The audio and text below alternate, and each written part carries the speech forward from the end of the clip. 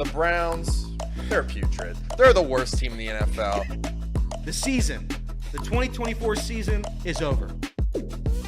Lamar Jackson can't win the playoffs. He'll win a third MVP, though, so that's great. Drew Sample is the most important piece of the Bengals offense next year. Go Joe Burrow. He deserves to be MVP. I wish he was the Browns quarterback. Kind of mean that. If you're looking for the most reactionary, silly, and unserious show on the internet, then you're home. Live from Hamilton, Ohio, it's Off the Bench by Chatterbox Sports on 1410 ESPN Radio. All right, everybody, good morning. Welcome in Off the Bench. Justin Kinner, Casey McAllister, Elliot Ruring, and Jacob Tissett with you here on a Tuesday. Gentlemen, good morning. Happy Tuesday. How are we today? All right. I'm all right. Yeah. Today's the day. One of the better Reds nights of the year, I think. I would say 100%. I was very positive this morning. 100%. Very positive. Today's a solid day. It's a lot of rain, but outside of that, yeah, it's a fine old day here in the good old Hamilton. Is it just going to rain forever? Forever. Yeah. Unfortunately, like. That's what it is. Not great. Not great. But we'll see. Maybe the sun will shine. I would like if it didn't. Well, the sun won't. If it didn't rain. Forever. Oh yeah, same. Same. So we'll see. Casey, good morning. How are we today? Good morning. We're good. Watched a little Monday Night Raw last night. Being the Seth Rollins fan that I am, I wonder who the third guy is going to be. In their trio. He needs one. He needs another guy. As we all know. Yeah. I mean, how else is he going to compete with the CM Punk crew? That would consist of... Couldn't tell you. Anyways, yeah, so that's where I'm at. Didn't watch anything else yesterday. Wrestling and our soccer guy. He just so rarely has anything to give us on wrestling or soccer. That's right. I think you're starting to understand the bit, Jacob. It's so funny. Couldn't tell you. You heard it here first. I mean, that's all right. Man. We have more to get into here today. Non-wrestling stuff, of course. More came out yesterday. Trey Hendrickson. Joe Burrow was supposed to address the media today. That got moved to next week.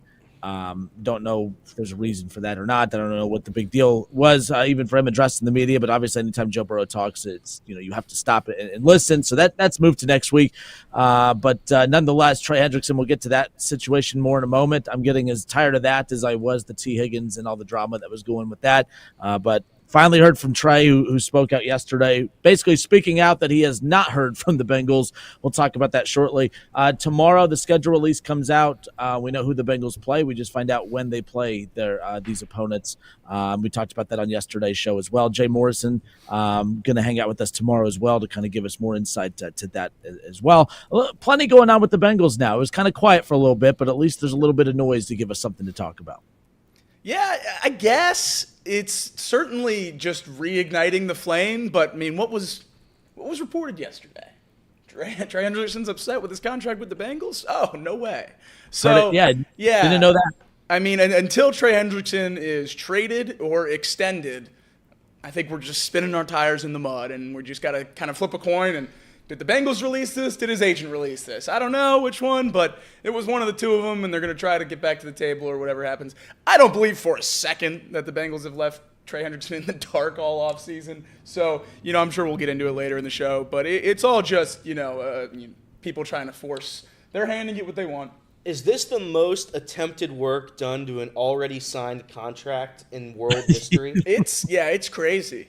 I mean, at no point during this contract was he happy with it. I mean, I think as soon as he signed it, all those years ago, he was like, you know what? He put the pen down. And he's like, I really hate this. Can we walk this back? Can we get some whiteout? And ever since then, it's been like, I'm going to retire. Nobody's talking to me. I don't have any friends. Joe Burrow's not going to defend me anymore. And it just goes on forever. But good for him, I guess. Making a mockery out of the whole contract that the Bengals got done early, got it, and everybody was happy about it. Everyone in the world was happy about it except for his agent, who realized he messed up about 4 seconds into the following season. So Good for the Bengals. I mean, stay true. Stay true, boys. July 27th, 2023. Under 2 years ago was when Trey Hendrickson was signed through 2025. And at And no it's point did he enjoy it. No. And he's tried to get a raise ever since. Every single year. From the second that ink dried, as alluding to what Elliot said, the second that ink dried, he's been working on making more, not for his next contract, but for this current one and hopefully the next one, if that ends up being the case. We'll touch on that more coming up here in just a moment. But we're going to kick off the show like we do every day with Elliot's headlines, ladies and gentlemen. Elliot's headlines. Oh. Score updates, breaking news, local and national headlines. Whatever's going on in the world of sports, Elliot has you covered. Off the Bench brings you Elliot's headlines. That's right. Headlines. The Reds, they play tonight 640. Red Legs minus 200 on the money line. Ooh. Will you be betting it, Jacob? No. Actually, I will be betting that game. There's some value there. Andrew Abbott takes on Jonathan Cannon. The Diamondbacks, they win 2-1 over the Giants. You have the Yankees destroying the Mariners 11-5, but some scary scenes as Oswaldo Cabrera taking off the field in an ambulance. The Angels 9-5 over the Padres. The Astros, they lose to the Royals 7-5. The Rangers beat the Rockies 2-1. Shout out to the Rockies. The Cubs beat the Marlins 5-2 in yesterday's game. It'd be cool to beat the Marlins. I wish I could. That'd be fun. A lot of other teams are able to. Most, I would say. Most other teams are able to beat the Marlins because they are the Marlins. Yeah, they're not very good. No. They struck us out, 15 times? 14 I think times? so. Yeah. What was that guy's name? No idea. The Braves, they beat the Nationals 4-3. The Pirates, Fun Braves stat for you. Braves the first team in woo. Braves have alternated one run losses and one run wins in 7 straight games. That's the longest streak in MLB history. How about that? That's crazy. Where'd you find that one at? Opta. That's pretty good. The Pirates, they lose to the Mets 4-3 in walk-off fashion. Pete Alonso hitting the sac fly. That sealed the deal. The Phillies, they lose to the Cardinals 3-2. The Tigers, they smoked the Red Sox 14-2 in large part because of a 9-run third inning. 11 earned runs given up by starting pitcher Tanner Houck. So tough day to be a Red Sox fan. But the Brewers, they got shut out by the Guardians 5-0, so good news for the Reds there on that front at least. Heading over to that hockey league, the Oilers, they shut out the Golden Knights 3-0. Now lead the series 3-1 over the 1 seed. Good for them. The Hurricanes, they lead the Capitals 3-1 in their series 5-2 win last night. This is the fun one. NBA. Timberwolves, they lead the Warriors 3-1, 117-110 last night. Curry still unavailable. Randall and Edwards each scored 30 points. Don't care about that game. The Celtics, they blew another lead in this series. Another one. Maybe not as drastic as the ones prior. They fall 3-1 in this series. 121-113 the final score last night. The Knicks now 4-0 this postseason with Scott Foster. Oh! How about that? They also haven't lost on ESPN. How about that? Derek White. He led all scorers who finished the game for the Celtics with 23 points on 6 of 12 shooting. Jalen Brunson dropped 39 points with 12 boards to lead the Knicks. If you wanted to mention Jason Tatum, I guess I will. He was carried off the floor in the fourth quarter. He contributed as well. So Jason Tatum had a decent game, but before he was unable to finish due to an injury. Hopefully it's not too serious, as they're going to have to claw their way back now from 3-1 down to the Knicks. Hopefully it's not too serious, brother. He popped his Achilles. If it's, listen, I think there's a world where maybe he comes back. I don't know. It was on video. Maybe there's a world where it comes back. He had 42 points, 16 of 28 shooting, Jason Tatum. Tough scene last night with about 6 minutes to go. But the bigger news, I would say, from the NBA last night, the Mavericks, with a 1.8% chance to win the NBA lottery, win the lottery. The 2 worst teams in each conference, the Jazz, who won 17 games, the Wizards, who won 18 games this season. Keep in mind, they play 80. They do. 82. They came in 5th and 6th, respectively. Yeah. The 2 worst teams. I know Kinner has a big issue with the NFL draft, but boy, could you imagine winning 5 games in a year out of 400 and then getting 6th 6th This is in the the draft. 4th year in a row that the worst record in the league is picked 5th. That's outrageous. 4th year in a row. Since they switched to this lottery system and not the set odds for the top teams in 2019, the worst record in the league has not picked number 1. Yeah. It's unbelievable. I don't know. Listen, you can say whatever you want about the NFL draft and how you don't like it, Kinner, but by far it's the best. I mean, you can't have what happened last night happen. And it happened. We're going to have the discussion about it today, but the NBA certainly knows how to replenish the league when a superstar leaves a team. So good for the Mavericks.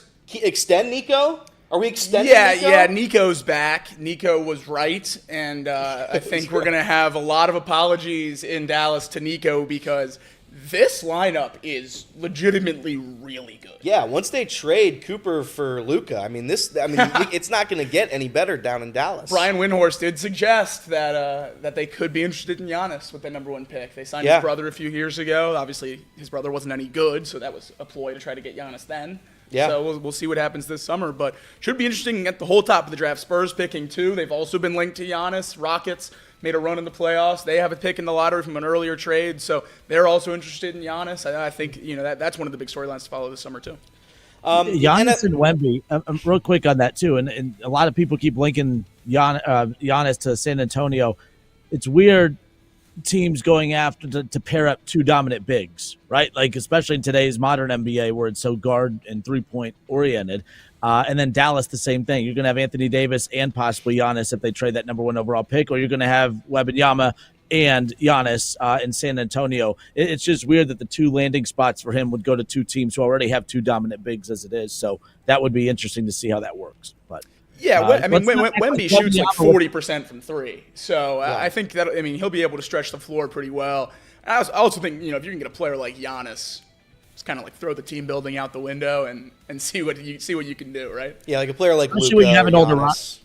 Yeah. You already have Kyrie. Your roster's already kind of old, so you either draft Flag and you move on from some of those pieces, or you move on from Flag and you keep adding veterans and trying to compete. Yeah, I think it'd be a terrible trade for them to trade for Giannis. I also think their roster with Cooper Flag on it is much better than their roster was with Luka on it. Yeah. You could also keep Luka, and that's another way I would have done it. But you wouldn't have had Cooper Flag. Yeah, but I would have. Cooper Flag and AD and Kyrie is much better than Luka and Daniel Gafford. I like Luka. I like Luka a whole lot. And listen, if they're right, if Nico walks out of this, if they're good next, could you imagine Cooper Flag hoisting up the NBA championship trophy? He's going to be incredible. So we'll see. We'll see if Nico was right. I think the easiest way to do all of this was just to keep your superstar, but to each their own. Would you rather have Cooper Flag on a rookie deal or Fat Slob Luka on a Supermax? Fat Slob Luka. I'd rather have Fat Slob Luka. That's crazy. No, it's not crazy. Yes, it is. You're crazy. No one would rather have Luka on a Supermax than Cooper Flag. Yes, they would. He's the franchise player. Come on. I think the Lakers should trade him.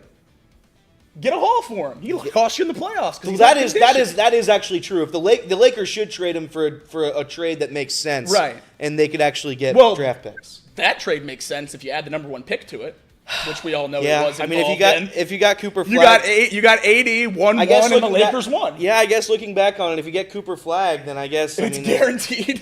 I hope he goes back to school. Get him back to school. I love LeBron tweeting out the laughing faces last night. Yeah, like he didn't orchestrate this. That was his. It was his plan. Love when a good plan comes together, right? Yeah, right. Yeah. Hooking up his boy Kyrie. That's right. The full NFL international slate is ready to roll. Well, except for one team. Friday, September 5th, the first international game. It will be between the Chargers and a mystery team announced tomorrow. That game will happen in Sao Paulo, the same way it happened last year with the who was it? It was the Packers taking on the Eagles. Yeah, and that turf was awesome. That's right. Jordan Love got hurt. That's right. Continuing on there, so the final team will not be the Cincinnati Bengals. It will be somebody else. Obviously, we do not play the AFC West. The September 28th, the Vikings, they play the Steelers, 9:30 in Dublin. And then I just looked, on October 5th, that's 1 week later, the Vikings are just staying in London. They stay there, they stay in Europe. They play in London against the Browns. Your Cleveland Browns are heading over to across the pond.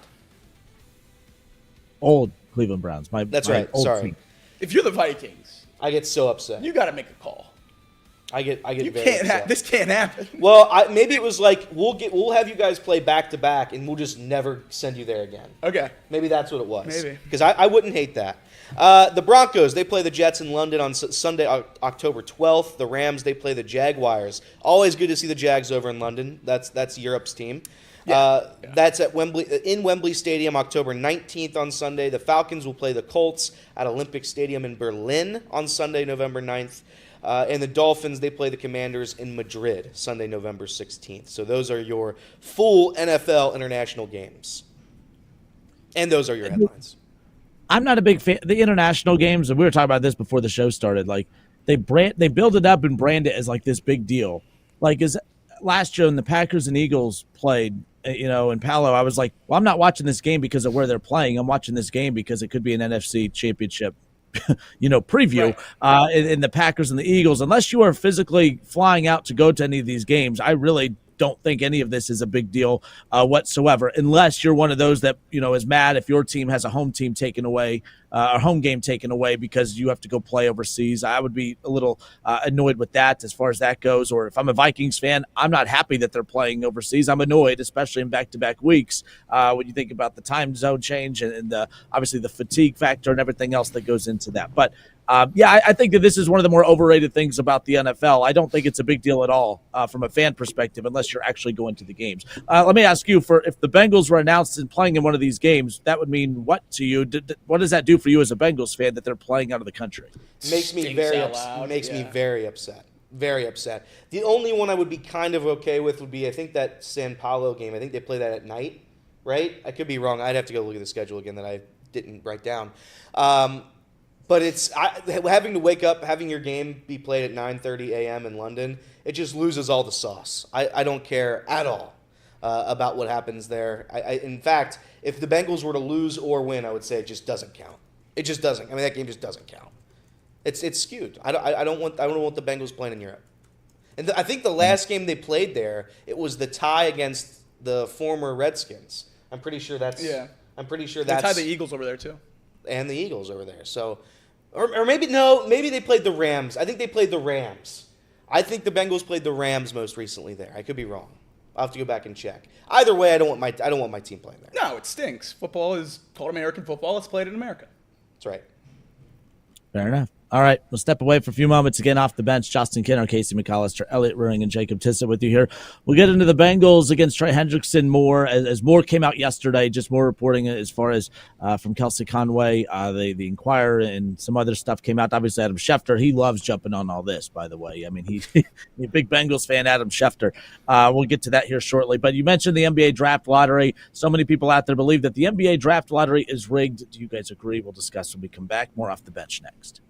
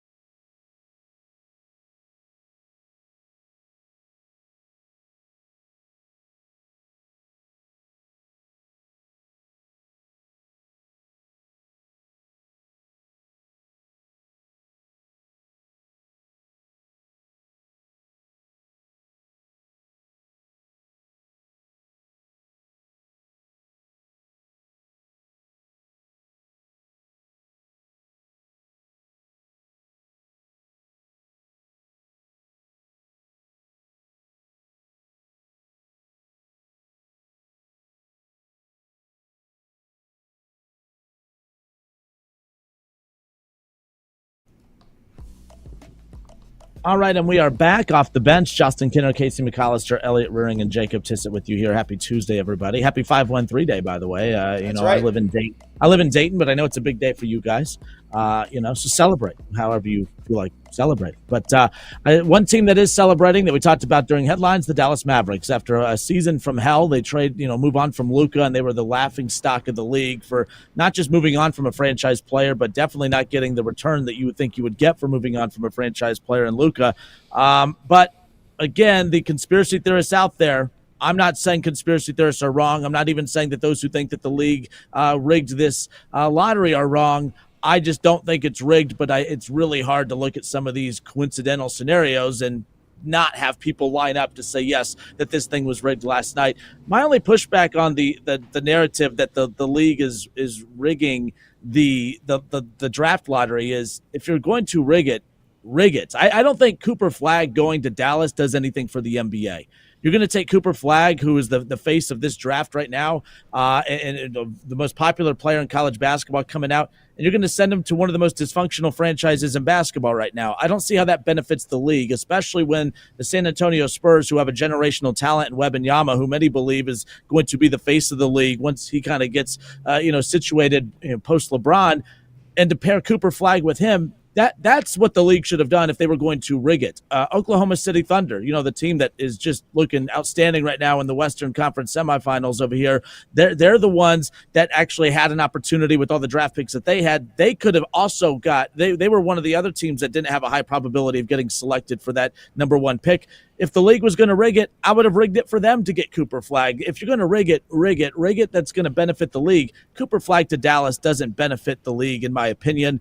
In other years where they talked about the league rigging it, you had a chance to send Zion, and Zion may not be the biggest star in the NBA as what we had anticipated him being, but if you go back to that draft, Zion was supposed to be this next big thing. He was supposed to be the face of the league, and the Knicks were not rumored, but the Knicks were, they were horrible during that stretch. They had a high probability of landing him. So did the Lakers. So if you're going to rig it, Zion at that time, think about who Zion was in college, not who he's kind of turned into in the NBA. At that time, the prospect that he was, rig it. Send him to L.A. Send him to New York, not to New Orleans.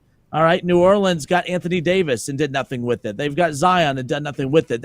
How does the league benefit from that? I just don't. Shaquille O'Neal, if we want to go back all the way into the 90s, I mean, the Lakers weren't that good during that stretch either. They could have just straight up got him in the draft, and they didn't, went to Orlando. I don't think the league is rigging it, and if they are, they're not rigging it in a way that truly benefits them. Does this benefit Dallas? Yes. Is this an interesting storyline? Yes.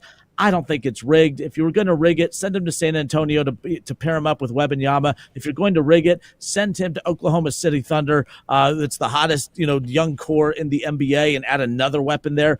I just don't think it's rigged. The NBA sending him to a dysfunctional organization, that doesn't scream rigged to me, in my opinion. Yeah, I couldn't possibly disagree more. I think if they're going to rig it, I think Dallas or Chicago were the two most obvious answers. I think if you have a player like Cooper Flagg, you're sending him somewhere to be the face of that team. You're not pairing him with SGA. You're not pairing him with Wemby. What you described with Zion to New Orleans, I think, is exactly the same thing. You have a massive market in New Orleans, Louisiana, that doesn't have a rabid fan base. You're trying to give them someone that you think is a transcendent talent that can reignite that market and get them to a point where it will benefit the league. I think we've seen Dallas be consistently one of the better franchises in the NBA. With Dirk, they were a perennial contender all throughout the 2010s. They made the NBA Finals last year. Are we labeling them dysfunctional because they traded Luka? That seems like a pretty big leap to me.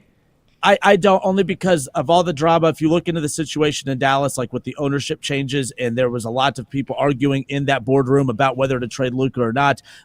Mark Cuban, who sold a major share of ownership with the Mavericks, he doesn't have the majority share anymore, but wasn't even linked in to what was going on with that situation. Right. So I see what you're saying, yes, because they constantly win. They keep kind of coming up, back, and they continue to build up. They're very well run, or have been well run.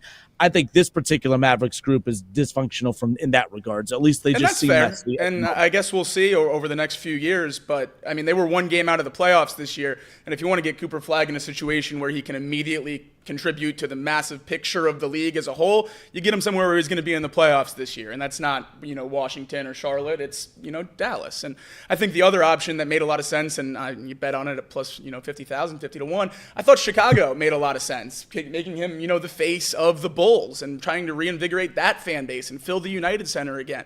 I think a lot of that made sense. I don't think the NBA lottery is necessarily rigged to a team. I do think it's rigged to a point where they have a group of teams that they're okay with them going to. I mean, last night we saw the top 4 picks then get randomized in this new format, and all those teams that we're talking about that didn't have a chance, the Charlottes, the DCs, they were out of it by then. The top 4 teams were San Antonio, Philly, and Dallas. We knew one of those 3 teams was getting the number 1 pick, and I don't know if it was decided beforehand, but I think it was decided beforehand that one of those 3 teams probably would. And when you look back through the future, or through the past, I should say, I don't really know how you can argue against it anymore at this point. Derrick Rose went to the hometown Chicago Bulls in 2008 when the Bulls had a 1.7% chance of getting the pick. The Cavs got the number 1 pick with LeBron James after LeBron left to go to the Heat the summer before in 2011 with the lowest percentage to ever get that pick. The Pelicans got the number 1 pick in 2012 to draft Anthony Davis, like you said, after Chris Paul left to go to the Clippers. The Cavs then got the number 1 pick again to get the assets necessary to bring them Kevin Love when LeBron was in free agency to return to Cleveland. Then the Pelicans sent Anthony Davis to the Lakers in 2019, and they were rewarded with the number 1 pick. And then obviously Dallas sending Luka to the Lakers this year and getting the number 1 pick from Adam Silver in the NBA in last night's lottery. So I think, when you look at it overall, you're going to get rewarded when you help the league. And does Cooper Flagg to Dallas help the league as much as maybe some of the other destinations? I don't know. But does Cooper Flagg to Dallas and Luka to LA help the league more than any of those destinations? Absolutely. Listen, the sports are rigged thing. I don't like playing into that narrative just because I like sports. So if I found out it was the WWE, I would get pretty upset. Do I think it's rigged? No. But the list of coincidences Jacob just listed there, it does make it somewhat funny. And I disagree, Kinner, with you. It's like the biggest storyline ever. The biggest possible storyline you could have gotten last night was the one that happened. The Mavericks, who had the most controversial trade maybe in NBA history, are rewarded with the number 1 pick with having a 1.8% chance. Again, I don't think it is, but if it were, the only possible scenario of the Mavericks getting that pick is the storyline, the story of fire Nico, and then he gets rewarded with this. Like it's like a storybook ending. It's almost like somebody crafted it. I'm not going to sit here and say it's rigged, but when I joke behind the scenes, I'm of course going to say it because Jacob just listed all those coincidences, and I do think there is a rhyme or reason to it eventually. I think if you look back at it, I would imagine that there were probably some decisions made that helped out some teams.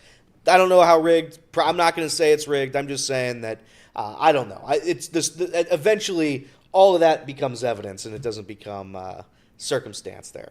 The draft lottery is audited by a Big Four accounting firm. So Okay. if it's rigged, Ernst & Young is going to lose a lot of business. That's right. If that ever comes out. So I would be shocked if it actually is rigged.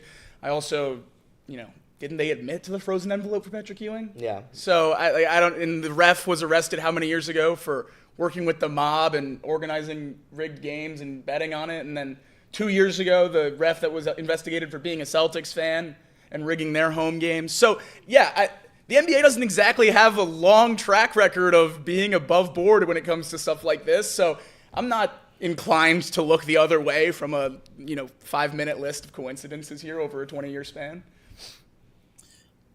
Casey, is it rigged? Again, Elliott taking strays at WWE. I mean, that was a great WWE storyline last night. Just when you think that, the Mavericks were down for the count, they win the Royal Rumble, and they're the number 1 contender for Cooper Flagg now. I mean, this is great stuff out of the NBA. Yeah, I mean, I have a hard time believing anything is rigged in sports because it would just be the biggest conspiracy. Have some fun. And I don't know. I can't say biggest conspiracy ever, but it would be such a hard thing to. It would be the biggest conspiracy since the last time they rigged the draft. Yeah, it's true. I don't know. I just don't buy it. I feel like it would be so hard to keep under wraps. I feel like there would 100%. be too many voices to keep silent, right? And what are they gonna do? Like if someone were to try to say something, are they going out and silencing them? I just don't believe any of that. I don't think any of it is rigged, but a lot of coincidences for sure. I would like for them to maybe actually do a show for the lottery. They do. The balls. Oh, yeah. They do that. They do that. They do that. That was last night. He was watching wrestling, guys. I was watching didn't wrestling, know. and I don't know Yeah, much he about the didn't know. NBA draft lottery, but it's just hard for me to believe that is rigged. The ping pong balls are in a locked case that is opened by lawyers when the broadcast goes live. Then they are inserted one by one in the lottery This is machine. great. They're pulled 4 at a time, and there's 14 teams that are given individual combinations of the numbers that are different for each team, and whatever the combination is determines your order. Yeah, again, how can that be rigged? One ball's heavier than the other, I guess. Like Magnets. magnets? I mean, are we Vegas? We Vegas and like They putting literally magnets did it in dice? Vegas. Like, I know. I don't know. That's just too much. I think that's just a farce. I can't believe that's rigged. My favorite that I feel like everyone does, LeBron was rigged, obviously, to go to Cleveland, and D Rose to go back to Chicago, and then the picks ones, I think, are the ones that everyone really jumps on. My favorite is the Cavs getting it in 2013 and 2014, just because they screwed up 2013. Oh, God. Like, if Anthony Bennett would have been good, they would have just given 2014 to an actual bad team instead of the 1.4% Cleveland Cavaliers. But Correct. They had to give him another chance to get Kevin Love because they needed LeBron back in Cleveland. Yeah, because that was the Andrew Wiggins. They selected Andrew Wiggins number 1 overall, and immediately because LeBron Shipped him to Minnesota. And LeBron coming out of Miami, it's always been known too. LeBron does not like playing with rookies. He hates playing with rookies, and that's one reason why they thought, okay, you bring Andrew Wiggins in, you already have Kyrie. Do you make that work? They said, hell no, get him out of there. Go get Kevin Love, and I think that worked out. They at least got a championship. But yeah, the Anthony Bennett pick was just horrendous. Like they did not capitalize on that opportunity whatsoever. But off the bench, Justin Kenner, Casey McAllister, Elliott Rearing, Jacob Tissett. I will say, kudos to the NBA. I don't think it's rigged. You guys think there's some funny business there. That's great. But the bottom line is good for the NBA because people are talking about it. That's right. The NFL season comes to an end. You just know the draft. I think we just lost them. You just know the draft is getting rigged. That's what right. he's about to say. He says NFL season ends. And we don't need to get into this debate. For me, I hate rewarding losers with the top players. I hate rewarding losing, I guess, is my point. But I've lost that debate to you guys. There's no need to rehash it. Just to clarify, I don't hate the NFL draft. I just hate the concept of all drafts in pro sports when you're rewarding losing. But that's why I kind of like the NBA a little bit. Hey, look at all these teams that tanked, that tried to lose, and you lost for nothing. Nothing. Woo! Apathetic fan bases and empty stadiums. That's how we fix pro sports. Let's go, right. baby. Ratings are up in the NBA. They're doing just fine. Not in Utah and Portland. Well, don't trade Donovan Mitchell and don't trade Dame Lillard. You want to give them more good players so they could just trade them away? Same thing in New Orleans. They gave Dame a pretty good shot there. They gave Dame a pretty good shot there. I mean, yeah. And then I rip him too because he never demanded a trade out. He was just content with losing. Just content with winning, but losing. Yeah. Yeah. Yeah, no, that's good stuff. All right, we'll step away for a few. Trey Hendrickson against the front office. As I said earlier, this story is exhausting. It's like when we had Charlie Goldsmith on before T. Higgins finally got that extension. He said that was the most exhausting storyline in Bengals content right now. I think this Trey Hendrickson thing is actually way worse. I think it's way worse because right now Trey's doing a good job of trying to portray the Bengals as being the bad guys in this particular situation. And I don't think there's necessarily a bad guy or side in this particular situation, but he's doing a good job of playing against the court of public perception when it comes to how the Bengals do business. I rarely defend the Bengals front office. I'm going to do it when we come back because I'm not a fan of how Trey's going about this. We'll discuss when we come back. More off the bench when we return.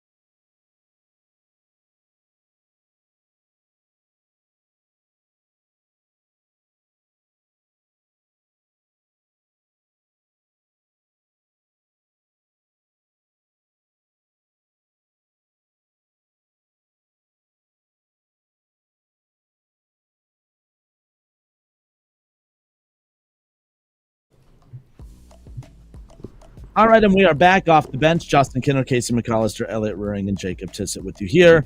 Again, spent time on that NBA draft, the lottery conversation. Casey, you were looking during the break at how they go about selecting it. What were you watching? Yeah, I was getting familiarized with the process of it because I had no clue that it was exactly what I was hoping it would be. Correct. And it is electric. I mean, they're just dropping the balls in one at a time, and they're popping right back up with the order in which they're supposed to be drafting in. I mean, that's awesome. And they do a really good job of putting it like at 7 o'clock, and there's a playoff game at 7:30.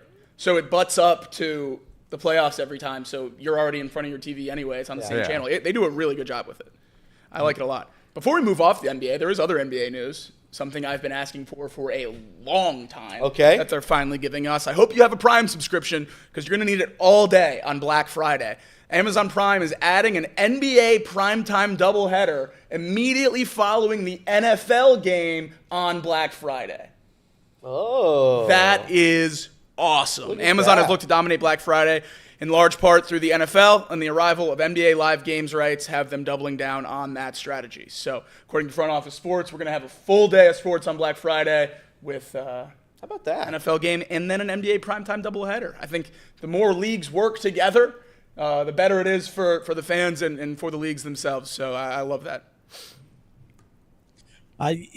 Instead of looking at it as NBA versus NFL, I like that they're just looking at it as live sports. Yeah, no, that's It's the lead-in. It's the lead-in. It's like how they used to Yeah. do it with it's how they used to do it with late night hosts. Remember, it would be like Right. when Jay Leno was up, you wanted that Lost series finale right before. You wanted all those things right before it. But now it's going to be the NBA gets to almost like not steal completely, but steal those. they all get those views. 60 minutes views. Yeah, like they get the 60. Yeah, that's exactly Yeah, right. They yeah. got all those lead-in views. So Now- it's smart move. Mike Ackley says college football on Black Friday greater than anything else. I do agree. However, they moved the Egg Bowl to Black Friday this year, and that is criminal. Someone needs to pay. There should be jail time served for whoever made that decision. The Egg Bowl, Ole Miss, Mississippi State, that is played on Thanksgiving. The fact that we're making that change is disgusting. It's probably the same people that run freaking Fox. All right, Probably. Big noon kickoff is absolutely insanely ridiculous. I While hate we're it more voicing and more. scheduling concerns, there's Yes. another one yesterday that the NFL announced a Saturday doubleheader.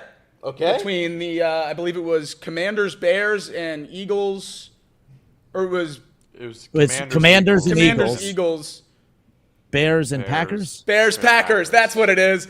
Bears, Packers, Commanders, Eagles, NFL doubleheader on Saturday. The same day as the college football playoff first round triple header. Complete overlap of those 5 games. No. That's terrible. Complete overlap of those 5 games. So the NFL because the NFL wants to be king. That's why. They know what they're so doing. lame. It's disgusting. They know what they know what they're doing. So I who won't be do you think watching wins that NFL battle? day. The NFL always Yeah, wins. the NFL wins The- any battle. The NFL always wins. The NFL is king. They'll always be king. I do think the college will be fine. Like, if you're going to go to those games, you're going to go to those games anyway. You're not going to not go to those games because the Bears and Packers are playing against Saturday. So the in-stadium atmosphere and everything in college football playoff is going to be just fine. The viewership will get hurt. I think the viewership will get hurt, but this is why they invented multiple TVs. Correct. You got to get multiple TVs because if you don't, you're going to miss out on things. You can't do it without If it. you don't have multiple screens in 2025, and what are we doing? What are we What doing? are we doing? All right, off the bench, Chatterbox Sports, 1410 ESPN Radio here in Dayton. Justin Kinner, Casey McAllister, Elliot Ruring, and Jacob Tissett. We welcome you back again. But to switch over to the Bengals quick. Look, I feel like every month something of Trey Hendrickson comes out and it's fed to us like it's breaking news, and then you read the details of it and you're like, this is actually the same damn story from last month. And oh, yep, same damn story from the month before that. Nothing's really changing. The only thing that changes is the stuff that's leaked between. This is why I hate when reporters do the BS, like, oh, my sources, and I can't reveal my sources. But it's very easy. The Bengals are either going to extend him or not. And reporters do this, well, my sources say that they're close to getting a deal done. And then if they get it done, then it sounds like your imaginary sources fed you the right information. And then if a deal doesn't get done, then your imaginary sources will tell you, and then you'll relay your fake message from your imaginary sources that, oh, yeah, things broke down behind the scenes. The bottom line is who knows what the hell's going on behind the scenes when it comes to this, but it just sounds like it's a lot of the same thing. And the Bengals keep being painted as this bad organization for not communicating with Trey Hendrickson or for not getting, not paying him more, not giving him what he wants. The bottom line is the Bengals do a lot of weird stuff in that front office. They don't handle a lot of these contract situations correctly. Whether you agree with their stance on wanting to extend him or not, the bottom line is it seems like the Bengals are sticking to their guns, that they feel very passionate about not wanting to extend a dominant pass rusher like Trey Hendrickson deep into, he's only 30 years old, but they don't want to extend him into his 30s. This is a relatively young defensive roster as it is. Seems like they want to keep it relatively young as far as that goes on the defensive side of the ball. Not that they're not willing to invest into a pass rusher, but if they're going to invest into one, they kind of want it to be an impact pass rusher that's significantly younger, that they can maximize and not take on such a risk for a guy that could potentially start to diminish on the back end of the contract. The bottom line is the Bengals don't have to extend him. They don't have to give him more money. And whether we like it or not, corporate America in our world, corporate doesn't have to respond to you either. They don't have to reach out to you either. If there's nothing to talk about, what's there to talk about? That Trey Hendrickson saying that, there's still plenty that they want to relay on their end. That's great. But it seems like to me, take a hint, Trey, the Bengals just don't want to do it. And I don't think the Bengals are wrong for not wanting to do it. And to say, well, they're not even communicating with us, I feel like they have, and you're just not happy with the response you got. I don't do this often where I defend Duke Tobin in the front office of the Bengals, but this is one I will. I don't think they're handling this inappropriately. Regardless of whether you think that they should extend him or not, I don't think they're handling this inappropriately. Who knows if they're truly communicating or not, but at the end of the day, if the Bengals don't have anything to communicate with you, they don't have to communicate with you. You want them to keep telling you no over and over and over? I don't understand. I'm not a big fan of how they're handling the rookie deals. Not a fan of how they handled Jamar Chase and T. Higgins. Not a fan of how they handled a lot of contracts. This one, we know the significance of Trey Hendrickson in this defense. We know what he brings to the table. I'm not going to jump on the Bengals for how they're handling this. I don't think it's as bad as what people are trying to make it out to be. I think it's when you put everything together, it just seems like another messy Bengals situation. I just think this is a situation where Trey's 30. He bloomed late into that contract, wants paid more. The Bengals don't want to pay him more. Okay, go ball out, accept the contract that you signed, go get the money that you agreed to get for the Bengals this season. Go make that money, go dominate, hit the open market, and let another team pay you next season. If the Bengals don't want to pay you, if they don't want to keep you, they don't have to, and that doesn't make them wrong in this particular situation. Trey Hendrickson's due just over $18.5 million this year. That is underpaid for a guy who has had 17.5 sacks in the last 2 seasons and finished second for Defensive Player of the Year last year. Yeah. No one is arguing that. But if in those last 2 seasons Trey Hendrickson had 8.5 sacks, would he take $10 million this year? Yeah. I don't think so. Do you think so, Kidder? You think if Trey Hendrickson went out there and stunk the last 2 years, this point. He would go to the Bengals front office and say, I'll give you half off. I haven't been playing up to that contract. I'll give you half off. No. But he wants a raise of $10 million because he's been elite for 2 years. That's not how it works. If you were bad, you would happily take your 18.5 and say, that's awesome. You made the mistake. You extended me for this price point, and now I'm locked in. But we don't get the same benefit of that? A contract is a two-way street. And when you touch that pen to the paper, it said 2025 on it. And 2025 has not happened yet. I'd imagine the Bengals look at this whole thing and they say, all right, we got a deal done. We were happy to get it done. And then literally the second that you play a game, you're like, you know what, not working for me, I want more money. And then it happens again, and it happens every year. And by the way, the contract was only a 3-year deal. Right. I mean, we're not talking about, the fact that we've had so many contract revisions, we're trying to revisit this contract every offseason, is crazy to me. Maybe that's how the league works now, and maybe that's how players demand money, maybe that's how agents operate. I don't know. I don't know the back end of the business. But if I were the Bengals, this is a boy who cried wolf situation. Go yell to somebody else. Go yell to the next town over. You're under contract here, and let's just be done with it. I wouldn't want to extend him after this. Why would you? Because he's gonna, as Jacob just said, he's gonna walk it right back next year. If you extend him for 3 years for $50 million, he's gonna be like, I want 55, I want 60, and it's just never gonna end. no matter what the Bengals give him, he's going to cry about it. So no disrespect. He's a very, very good football player. Any team's going to be lucky to have him when he leaves the Bengals. But this whole situation, you can't possibly think anything remotely positive about Trey Hendrickson after this whole ordeal. No. I mean, he's walked this thing back 15 different ways. Play under the contract, guy. It's your fault. And if it's not your fault, it's your agent's fault. Either way, it's not the Bengals' fault for not paying you when we did pay you. The Bengals paid you. It's done. The deal is done. Right. We have it on our books. And here we go, time and time again. Now we're pushing Joe Burrow's press conferences to try to give us another week to pay you under your new demands. Like it's just. I hope they do it to just shut all this thing up, just to shut this whole situation up. But if I were the Bengals, and it's a franchise that's been probably notoriously stubborn in the way that they've done business over the last 50 years, I look at this situation, if I'm Mike Brown, and I just laugh. Correct. And I say, you know what? What's he going to do? Retire again? How many times can this guy threaten retirement on us? So I would let it roll. I don't know. He's under contract through this season. If he elects to take millions of dollars off of his own plate, that's his responsibility. That's his fault, not the Bengals. I would rather him hold out than cave and give him some kind of $40 million deal this year. Yeah, what does that make the franchise look like? That makes you look like, hey, you want more money? Just hold out. Just don't go to practice. Put your, sit down and complain every single offseason, and then the Bengals will just be that franchise that caves to every single person. Yeah. No, don't do that. You have him under contract. Yeah, like I said, they don't handle every contract situation correctly. It's a laundry list of stuff that they've mishandled, that they've ultimately got done, but ultimately cost themselves in the long run.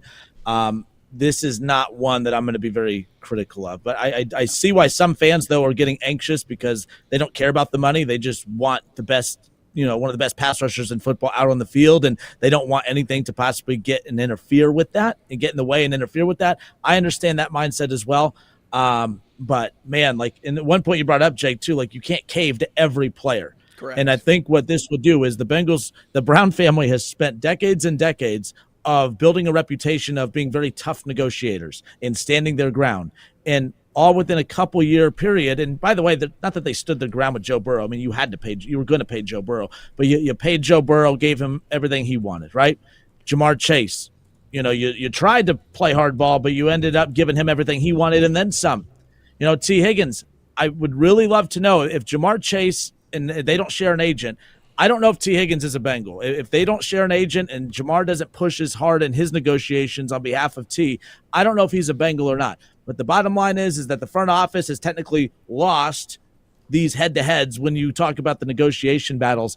And if they not lose this one, but if Trey gets what he wants in this one, every single player moving forward for the Bengals is going to pull one of these. And I do think Trey's different than the others. The others, their contract was winding down. They're younger. They were drafted by the Bengals. This is a much different situation as far as that goes. You brought up the Joe Burrow press conference, Elliot.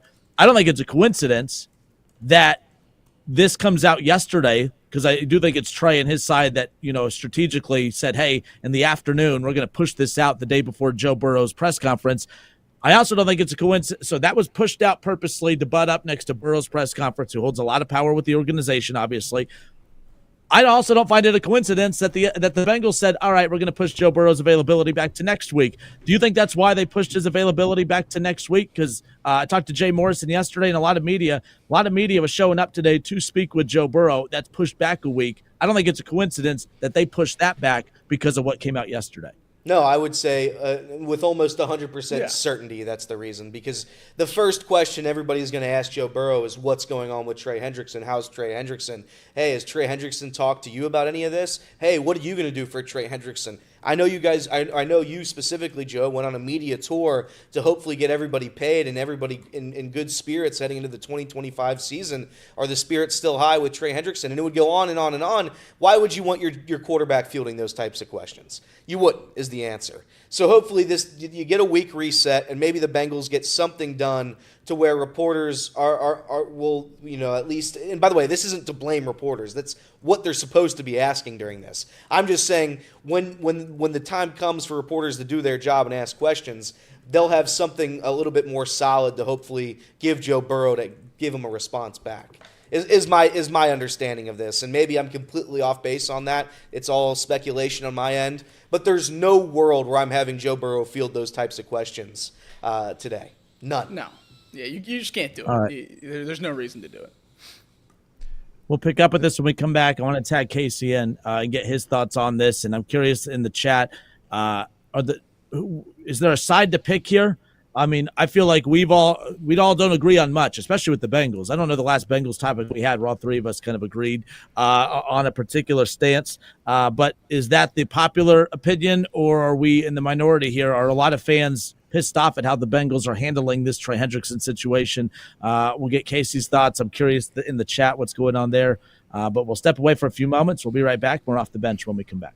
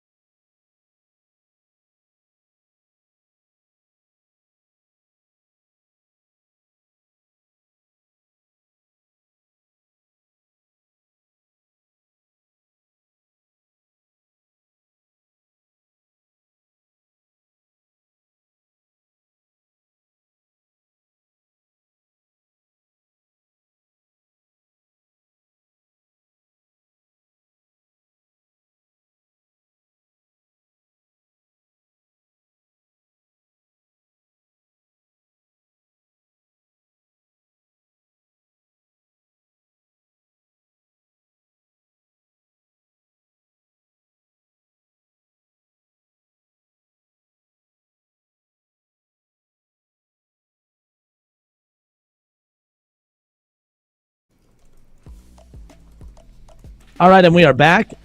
We're talking about the Trey Hendrickson situation. Joe Burrow was supposed to address the media today. Jay Morrison was going to come on today. The one reason we pushed it back to tomorrow was so that we can recap, obviously look ahead to the schedule release tomorrow and recap the Joe Burrow press conference. But obviously that's pushed back to next week.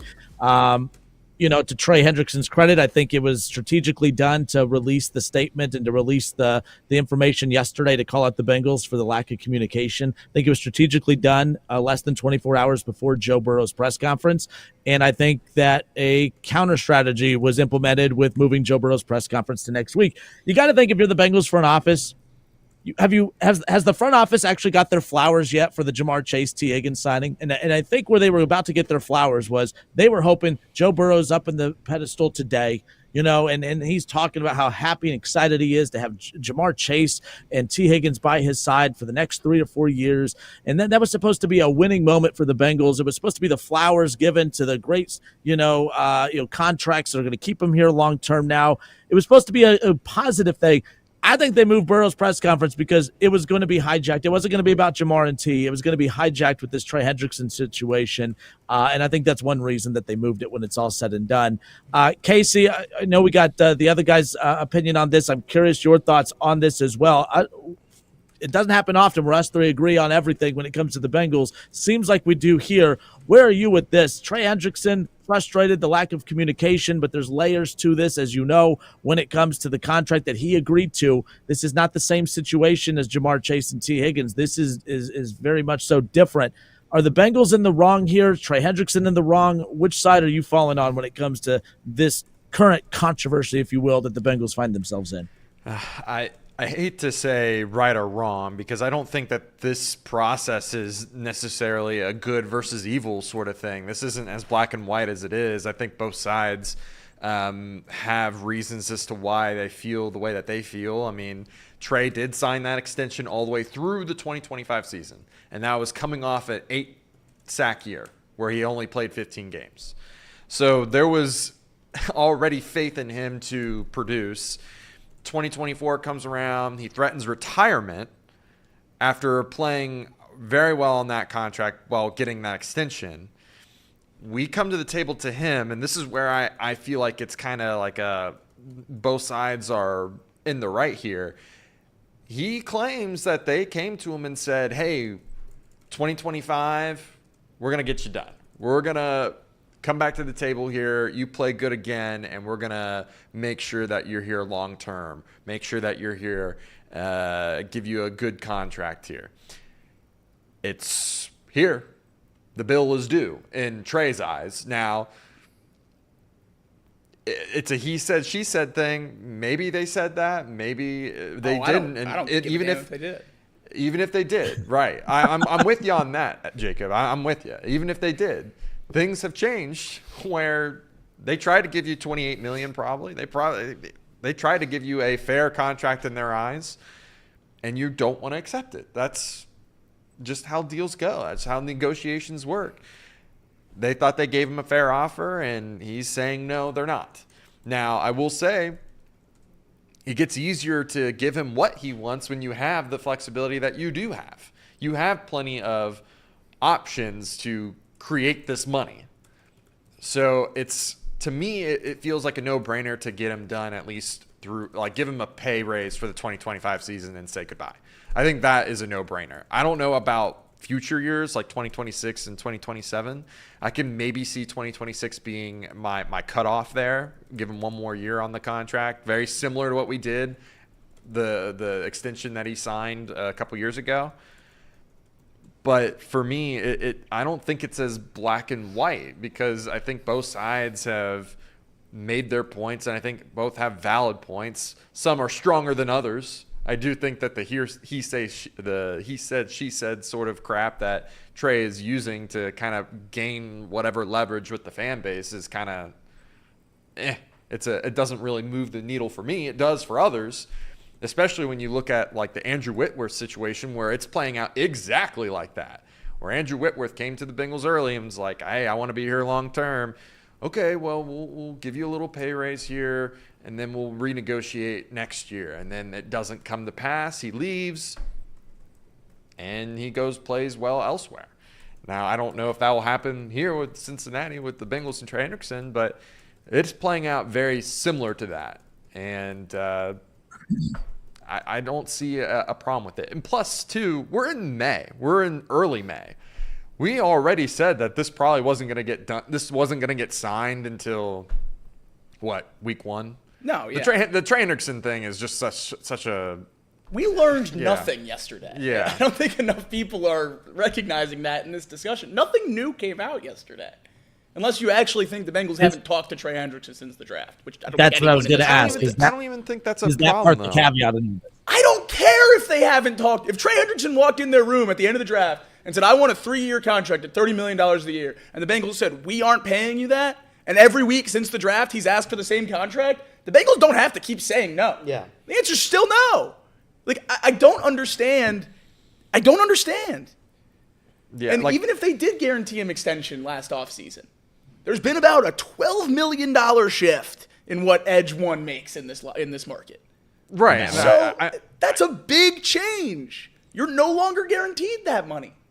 Yeah, and it's not like they didn't try to give him extension. They did. They tried to give him one. He didn't like it. He didn't like the offer. That's not on the Bengals that he's not signing a deal. It's on Trey to sign a deal that, everyone's comfortable with. That's why I don't feel like it's as right and wrong. It's a mutual coming to agreement that they both like. Now, the not communicating thing, I still don't think that's a big issue either, because they're worried about their two guys that aren't signed yet, the draft picks. Like, they got to work on some of the other stuff that, now again, that we're killing them on that end. I mean, they got to get a little better in terms of the language and getting more modernized and actually giving these guys the guarantees earlier, just like these other teams are. But yeah, of course they haven't talked to him since the draft. They've been working on getting those deals done for a while now. Why would they? And again, I got killed for saying that before, where they can't negotiate with multiple players at once, right? But we've seen it. Like, the Bengals just aren't very good at doing that. So why do we expect them to do it? And we have plenty of time with Trey. That's the thing, is like, they don't have to get it done next week. They can wait until week 1 to sign the deal, and it would be fine. So I don't understand why people in the chat are asking who the replacement is and what we think this defense is without Trey Hendrickson this year. He's under contract. He's on this defense. We don't need a replacement. We have him. He's here. The only way we get rid of him is if we trade him for less than we are comfortable for. Yeah. We are in control, not Trey Hendrickson. He will be out there this season. He will not hold out for 17 games. I will guarantee that. We all know that. So then what's his leverage? I'd wager that he has none. Yeah, I mean, isn't that meeting in the middle what they did a year and a half ago? For somebody to find a number that they're both comfortable with to keep him under contract here? Yeah. For somebody who very clearly needs more money, the last thing he's going to do this season is pay somebody else his money that he's in fines that he's not going to get himself. Like, it doesn't make sense. He's under the contract. I wish it wasn't the third different time or the second time that he's gone out and started, slandering the Bengals organization for a new contract. I wish that wasn't the case, but it is. And since CB asked a fair question in the chat, what if this wasn't, the second time and the third time? What if this was the first time that he started? And yeah, fans would look at this a lot differently. Last year of a contract, he would want something else. But the issue is he did it all last offseason. Well, we got breaking news. Uh-oh. He's bad at holding out again. What happened? No uniform, but Buddy's at practice. There we go. That's our guy. That's our guy. Trey Hendrickson at practice. No uniform. He'll be standing on the sideline, but he's in the facility. He's at practice. So maybe they're negotiating, or maybe he's terrible at holding out just like he was last offseason. I don't know. But I think it would be a massive, massive mistake for the Bengals to extend Trey Hendrickson any further than this season. I think it would be an equally big mistake to give him $30+ million in guaranteed money just because he wants it.